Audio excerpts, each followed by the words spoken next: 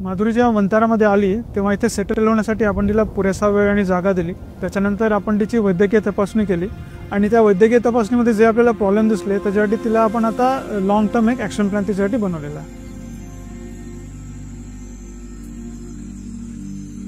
तिला आता आपण वैद्यकीय उपचारही चालू केलेले आहेत। तिच्या ज्या पायाच्या जखमावर त्याच्यावर आपण औषधं लावतोय आणि या वैद्यकीय उपचारांसोबत आपण तिला हायड्रोथेरपी पण चालू केली आहे। हायड्रोथेरपीसाठी ती एका मोठ्या तलावात जातो जो आपल्याकडे इथे वंतारामध्ये आहे आणि त्या तलावात गेल्यामुळे ती जेव्हा त्या तलावात जाते तेव्हा तिच्या पायामध्ये जो जुना आर्थरायटिस आहेत किंवा जुने जे तिच्या पायाच्या हाडांमध्ये प्रॉब्लेम आहे त्याच्या वेदनेतून तिला लगेच आराम मिळतो।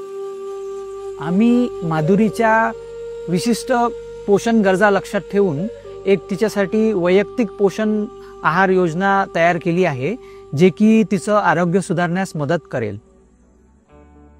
माधुरीसाठी आता आपल्याकडे वंतारामध्ये जे दुसरे काही आहेत तिच्या वयाच्या आसपासचे आणि शांत असलेल्या स्वभावाने तर त्यांच्याशी आम्ही बघतोय की माधुरी आता हळूहळू त्यांच्या जवळ जायचा प्रयत्न करते आहेत आणि असं दिसतं की त्यांची मैत्री थोडी होते आहे माधुरीची बाकीच्या त्या हत्तींसोबत आणि आम्हालाही लवकर तिचं हेच करून द्यायचं आहे की याच्यामुळे तिचं मानसिक स्वास्थ्य चांगलं होईल आणि ती इथे आपली स्वतःची फॅमिली आणि स्वतःचा एक कळप बनवू शकेल।